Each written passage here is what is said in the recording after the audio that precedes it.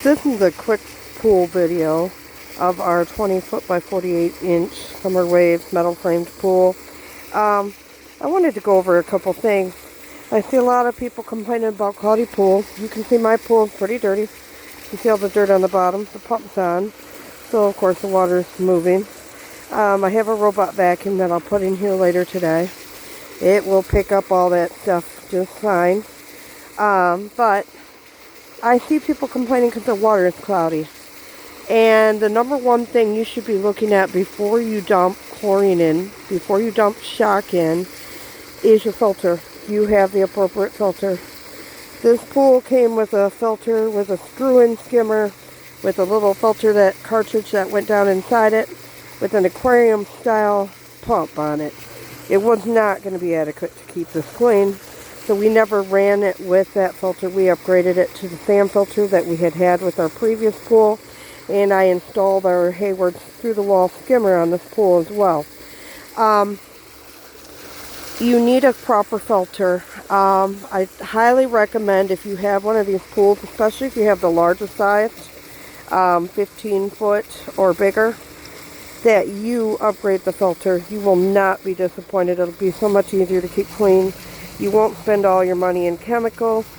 Pool stores, you got to be careful who you go to. They're not all bad, but there are some that will take advantage of you and just keep selling you stuff. Check your chemical levels before you add anything to your pool. So many people just keep dumping stuff in. That's one of the worst things you can do. It's bad for your skin. It's bad for your liner. It's bad for your pool in general. So please pay attention to that. Another thing I see people do is, if they do have a skimmer like mine, they put the chlorine tablets in there.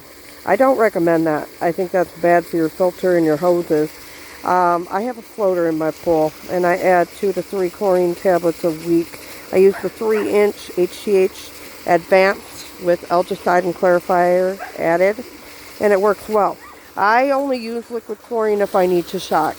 So after a heavy rain, and then I might add a little bit of algicide here and there, but that's really all I add to my pool all summer. But the key is I have a good filter.